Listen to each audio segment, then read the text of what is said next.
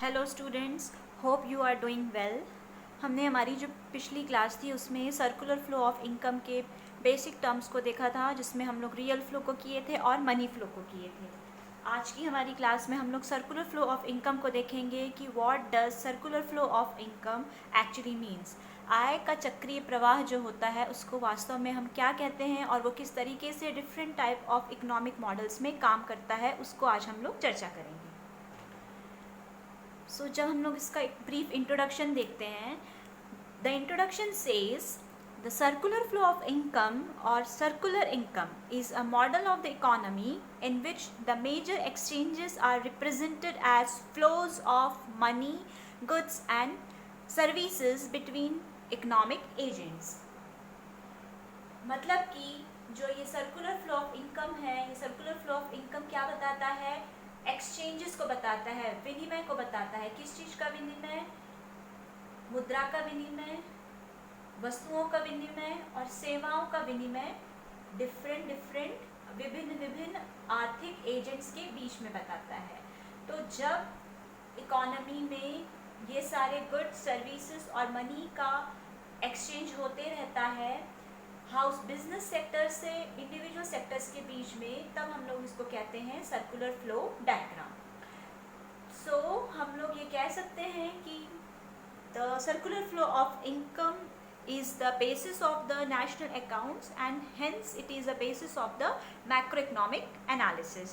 मतलब कि जो सर्कुलर फ्लो ऑफ इनकम है, आय का जो चक्रीय प्रवाह होता है, वो नेशनल अकाउंट्स, राष्ट्रीय लेखा का एक बहुत इम्पॉर्टेंट पार्ट है और इसी कारण से इसको समष्टि अर्थशास्त्र में एक विशेष स्थान दिया गया है।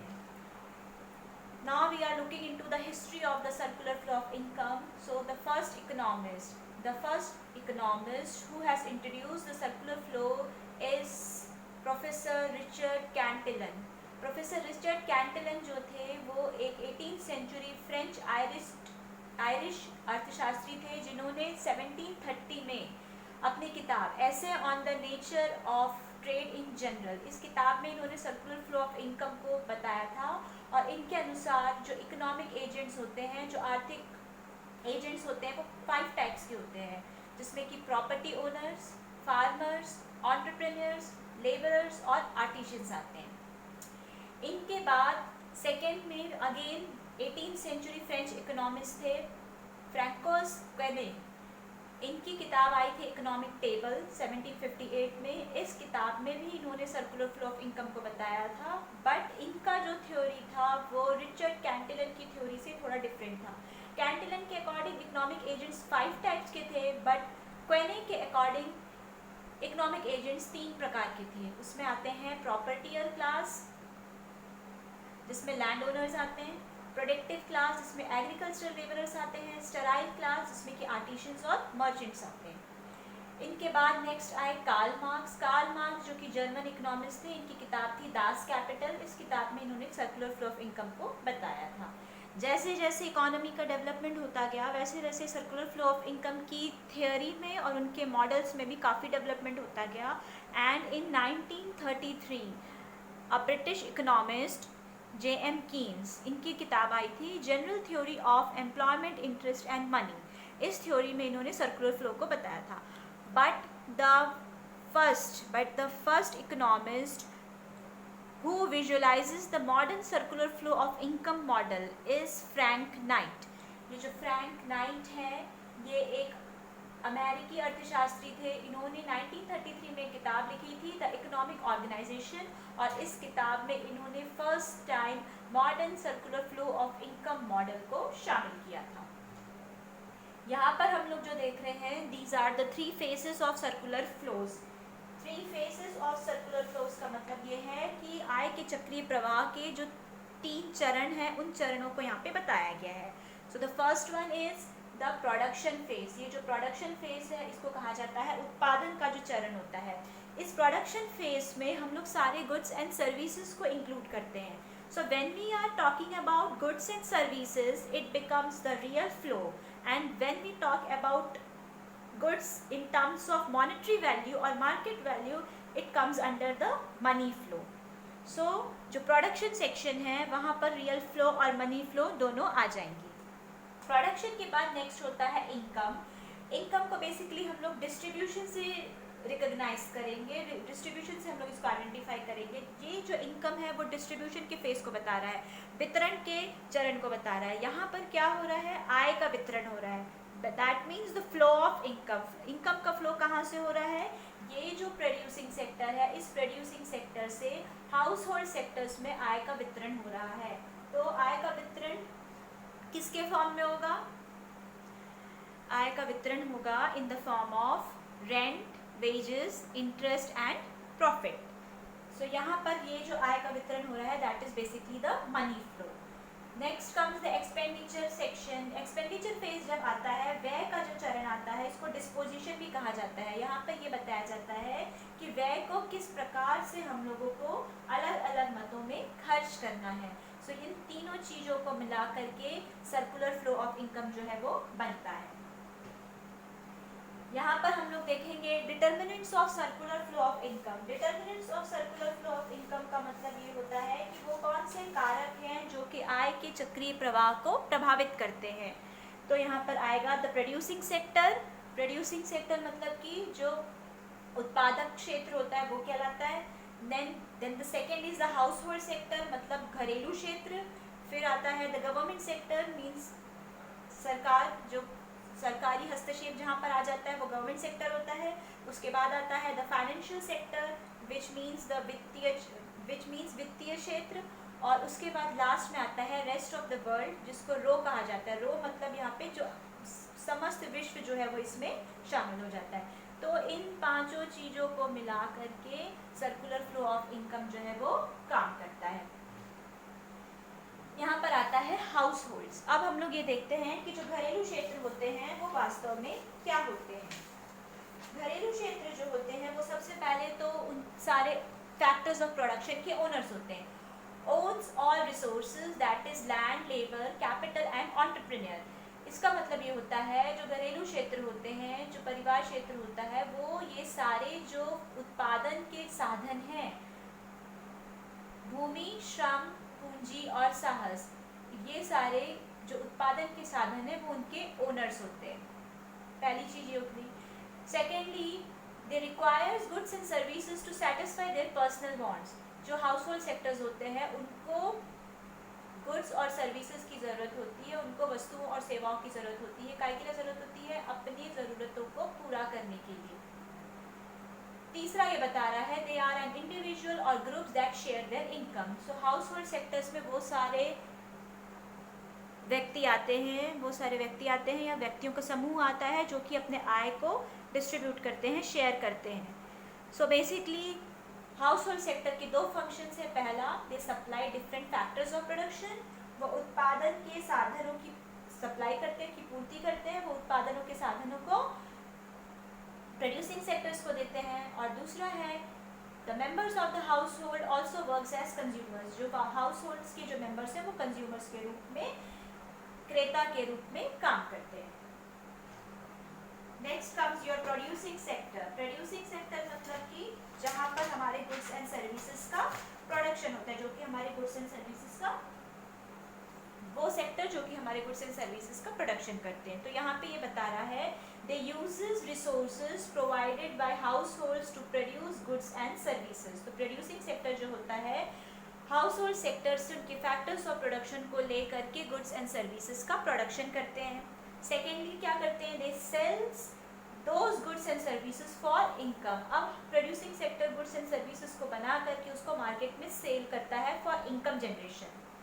So we can say that an organization that produces goods and services for sale, it is considered to be a producing sector. तो वो सारे ऑर्गेनाइजेशन, वो सारे संगठन जो कि गुड्स एंड सर्विसेज को बनाते हैं, उसको मार्केट में सेल करने के लिए वो उत्पादन क्षेत्र में शामिल होते हैं।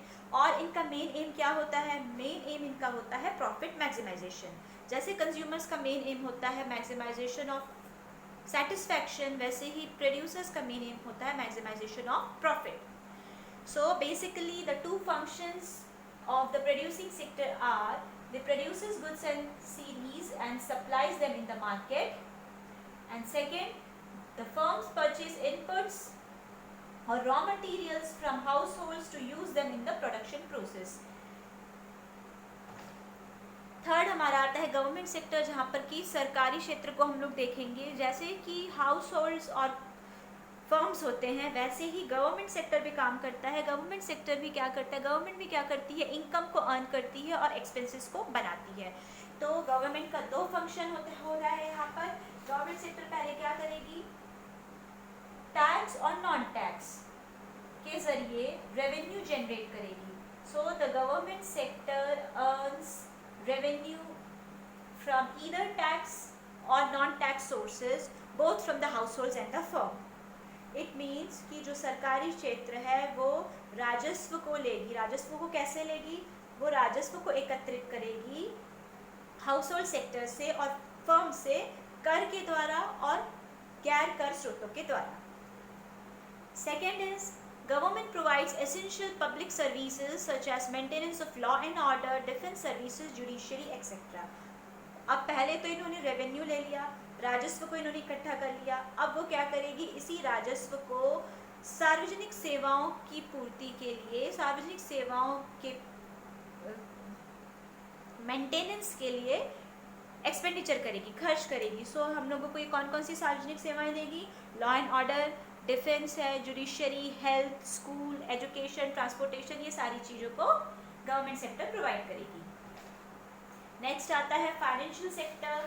फाइनेंशियल सेक्टर को हम लोग वित्तीय क्षेत्र कहते हैं. इस वित्तीय क्षेत्र में banks and non banking intermediaries आ जाते हैं. तो यहाँ पर इनका क्या काम होता है, इनका काम होता है, दो काम होता है. एक होता है बोरोइंग और दूसरा होता है लेंडिंग. ऋण लेना और उधार देना, इसका काम होता है फाइनेंशियल सेक्टर का. तो इसके बाद यहाँ पर ये बताया जा रहा है the leakages that financial institutions provide in the economy is the option for households to save their money.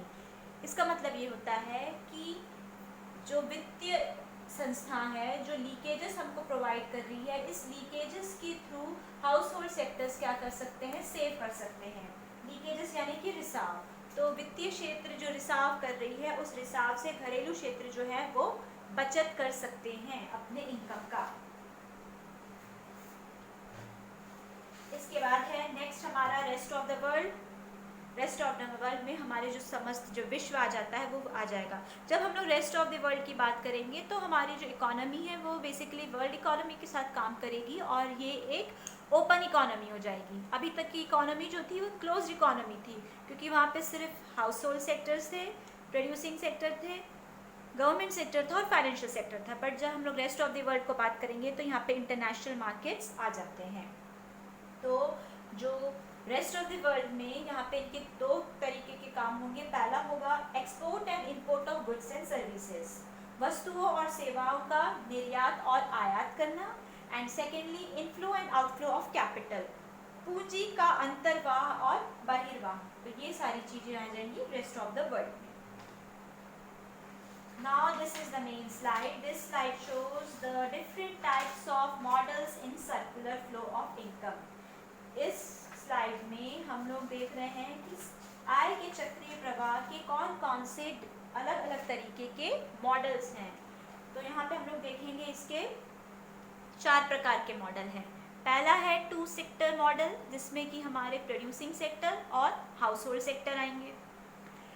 दूसरा है 3 सेक्टर मॉडल, जिसमें producing sector, house hold sector और गवर्नमेंट सेक्टर आएगा. तीसरा है 4 सेक्टर मॉडल, जिसमें हम लोग producing sector, house hold sector, government और फाइनेंशियल इंस्टीट्यूशंस को देखेंगे. और जो 5th वन है, that is the 5th model is your model when the economy is dealing with the world economy. और यहाँ पर हमारा आ जाएगा producing sector, house hold sector, government sector, financial institutions और रेस्ट ऑफ द वर्ल्ड. अब हम लोग 2 सेक्टर इकोनॉमी को डील करते हैं. So what is 2 sector economy basically means? In the basic circular flow of income or 2 sector circular flow of income model, the state of equilibrium is defined as a situation in which there is no tendency for the level of income, expenditure and output to change. इसका मतलब ये होता है कि जो to sector circular model है, उस model में जो इक्विलिब्रियम का जो सिचुएशन है, संतुलन का जो बिंदु है, वो उस पॉइंट में आएगा जहाँ पर हमारा इनकम, एक्सपेंडिचर, जो आउटपुट है, वो सब एक दूसरे से बराबर होंगे, वो वहाँ पे कभी चेंज नहीं होंगे। तो यहाँ पर ये होता है कि जो हाउस होल्ड सेक्टर्स हैं वो अपने फैक्टर्स ऑफ प्रोडक्शन को प्रोड्यूसिंग सेक्टर्स को देंगे, और प्रोड्यूसिंग सेक्टर्स उसके बदले में हाउस होल्ड सेक्टर्स को फैक्टर पेमेंट्स देंगे। अब जब हाउस होल्ड्स ने अपने फैक्टर्स ऑफ प्रोडक्शन को दिया था, तो उस फैक्टर्स ऑफ प्रोडक्शन को यूज़ करके जो प्रोड्यूसिंग सेक्टर है वो गुड्स एंड सर्विसेज को प्रोड्यूस करेंगे और बाद में वो उसको मार्केट में सेल कर देंगे। इसको हम लोग एक सर्कुलर फ्लो के डायग्राम के थ्रू देखते हैं। यहाँ पे देखेंगे तो यहाँ पे हाउस होल्ड्स है और कंज्यूमर सेक्टर है, और यहाँ पे फर्म्स है जिसको प्रोड्यूसिंग सेक्टर कहा जाता है। यहाँ पे सबसे पहले हम लोग देखेंगे तो जो हाउस होल्ड सेक्टर है वो अपने फैक्टर सर्विसेज को दे रहे हैं। Factor services in the form of land, labour, capital और एंटरप्राइज। हाउस होल्ड सेक्टर ने अपने फैक्टर सर्विसेज को दिया, और इस फैक्टर सर्विसेज के देने के बदले में प्रोड्यूसिंग सेक्टर्स ने उनको फैक्टर पेमेंट्स दिया। फैक्टर पेमेंट्स हो गए rent, wages, interest and profits.